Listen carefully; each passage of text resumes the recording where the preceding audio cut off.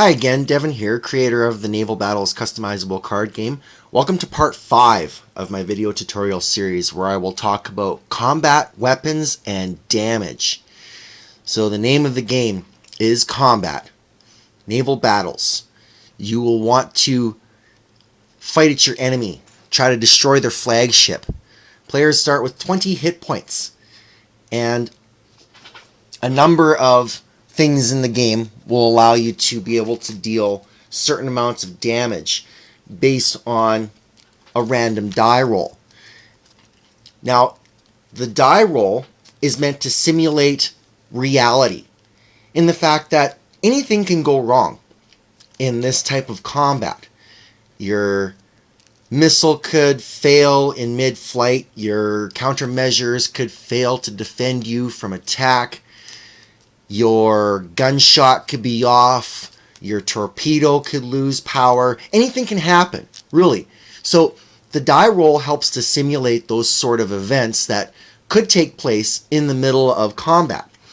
And with that, players have the ability to be able to change those die rolls with simple attack and defense modifiers that are written on the cards. As I shown in earlier parts, on the bottoms of ship cards there are two numbers that denote attack and defense, and every ship and aircraft card have those numbers on the bottoms. So when you're dealing with combat, those are the numbers you look at. Now, when you go to combat, you can go to combat at any time during your main phase. You can go to combat as many times as you have units for. And you can only go to combat once with each unit that you have. And now you can attack with all your units, or you can attack with a couple, or you can attack with one at a time. Attack with this guy, and then attack with this guy, and then attack with aircraft. You can do whatever you want in that respect. You can attack with something, then you can use an effect, you can deploy a unit, and then you can attack again. So it really doesn't matter how a player conducts their main phase of their turn. It just makes it easier to basically drive the game when you're not dealing with a structured turn phases like in other games that are much more popular in scope. So we have a simple battlefield set up here, and we'll say that we got two players against each other. The player on this side has the USS Enterprise aircraft carrier in the battlefield, and this ship has both of its pre-equipped aircraft still, so we have our aircraft tokens in the battlefield. And then we have the USS Missouri battleship and the USS Los Angeles attack sub. Then on this side, we have the USS Kitty Hawk aircraft carrier with all its aircraft shot down, so we have a squadron down token on that. But this also has an FA-18 Super Hornet squadron attached to it. Next to that, we have the USS Yorktown cruiser, and finally the USS Ohio ballistic missile sub. And players who choose to go to combat, surface ships do combat with their guns. Doesn't matter what kind of ship it is, they only do combat with their guns. Subs do combat with torpedoes, and torpedoes on a successful attack will deal direct hull damage to whatever they fire at. And now aircraft can attack ships or resources or construction depending on its loadout. We'll get into that in a minute. Surface ships can be intercepted by any surface ship except for aircraft carriers because they run your aircraft. Subs can be intercepted only by other subs or a frigate, destroyer, or fleet cruiser equipped with a torpedo card, as long as you control a sonar in the battlefield. So say the USS Yorktown has an advanced sonar pre-equipped, as it shows here on the icon. Or you can have a defense card that has a sonar, like the Sonar Mark III. And lastly, aircraft can only be intercepted by other aircraft. Attacker aircraft have to be blocked by fighter aircraft. So F-14 is a fighter that could be sent out to intercept. So when players decide to go to combat, they will declare they're entering combat, and then they will choose the units that they are going to do combat with at that time. When they choose those units, they choose who they're attacking if it's a multiplayer game, and then they tap that unit. The defending player then has the option to send out interceptors. In this case, I can send out the USS Yorktown to intercept the Missouri. And intercepting units also become tapped.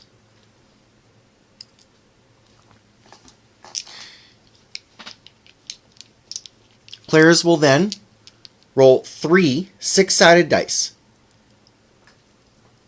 The attacking player will roll their attack roll and add the attack modifier of the attacking ship, and that's their total roll. The defending player will also roll 3 six-sided dice and add the defense modifier of the intercepting ship. If the attack roll is higher than the defense roll, that's a successful hit, and damage is dealt equal to the difference. In combat, the intercepting ship gets to fire back at the attacking ship at the same time. So after the attack challenge, we do counterattack challenge like return fire. Again, the defending player will roll 3 six-sided dice and add the attack modifier of the intercepting ship. Then the attacking player will also roll 3 six-sided dice and add the defense modifier of the attacking ship. Again, if the attack roll is higher than the defense roll, that's a successful hit, and damage is dealt equal to the difference. Once the attack and counterattack rolls are done, the damage goes on the effect chain. Players then get the opportunity to respond to that damage with other instance or fast effects. Once players are done with responding, damage is dealt to the units, and players must put damage counters on their ships and aircraft and anything else that's equipped in order to indicate that they're damaged, because nothing gets repaired until your next upkeep. We'll talk about damage and repair later in this chapter. Again, for subs, it's the same idea. Attack and counterattack. They get tapped when they attack.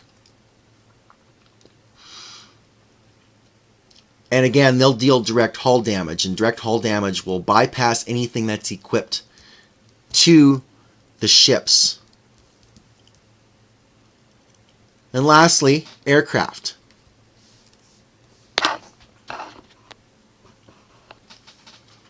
You'll tap the attacking aircraft, and your opponent will tap their defending aircraft. But in this case, instead of rolling for attack and counterattack, we do what's called a dogfight roll, where both players will roll 3 six-sided dice and add the defense modifiers of their aircraft.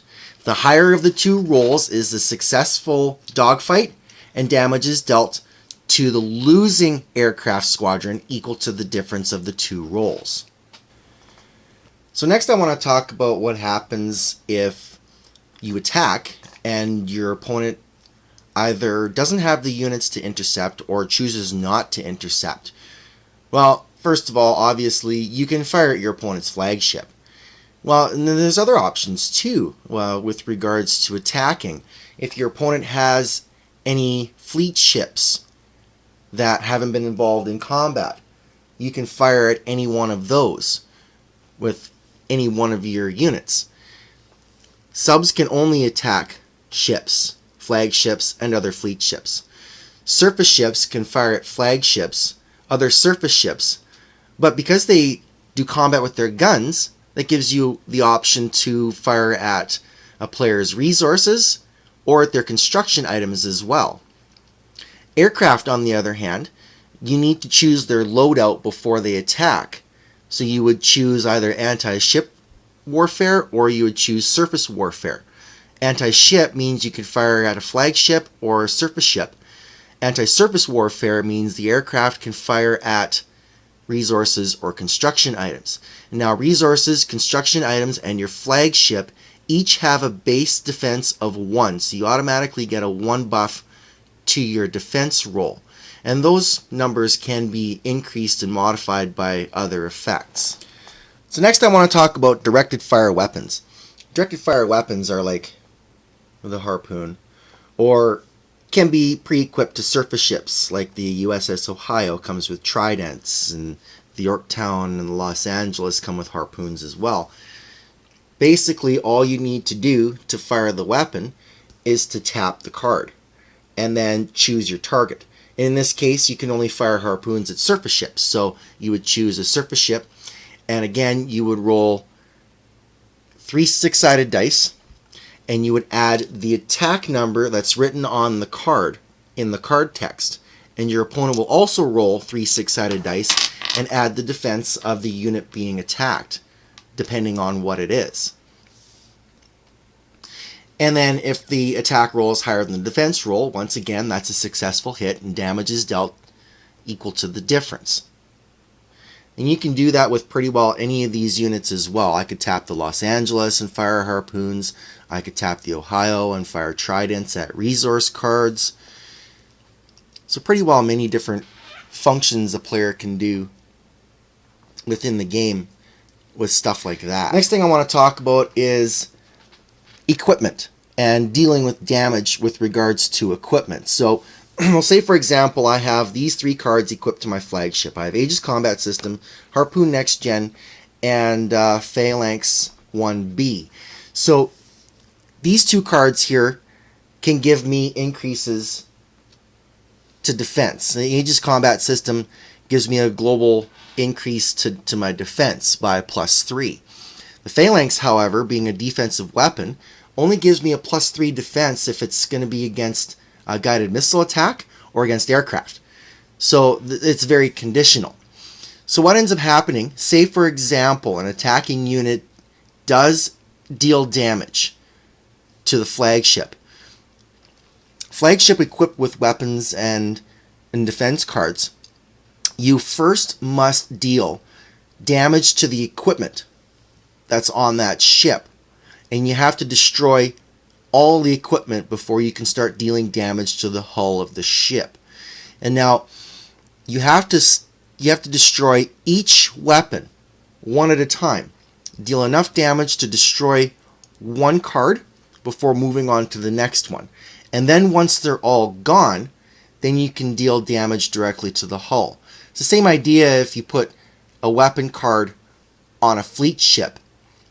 Subs are exempt from that, however, because they're all hull damage, so weapons are unaffected by damage in that way, and subs will take damage directly to their hit points regardless of what's equipped to them.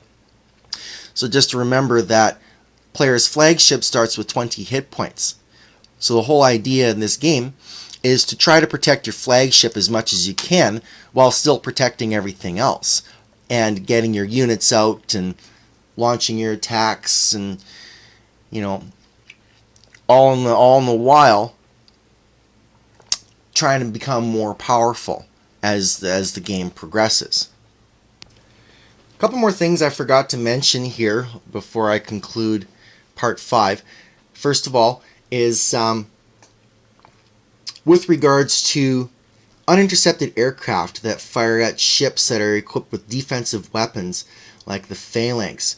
Now, say for example the defending player rolls successful defense against an aircraft attack. In the case of having a defensive weapon equipped, if the defense roll is at least 1 point above the attack roll, then that will deal damage back to the attacking aircraft instead, making it easier for players to defend themselves and be able to shoot down their opponent's aircraft. So the Phalanx and AA guns and surface-to-air missiles will all have the potential to deal damage back to the aircraft on a successful defense roll. Second thing I should mention as well is any players who decide that they want to attack a player's construction items. For each point of damage dealt to a construction item, we'll remove one requisition counter from that item. Once a construction item has no requisition counters on it, it is moved to the player's scrapyard. So that concludes part 5 of my video tutorial series, where I talked about combat and damage and dealing with equipment and damage. Thanks for watching. Hope to see you in part 6 of the tutorial, where I talk about the cube game and talk about setting up for the cube and how players should conduct play. Thanks.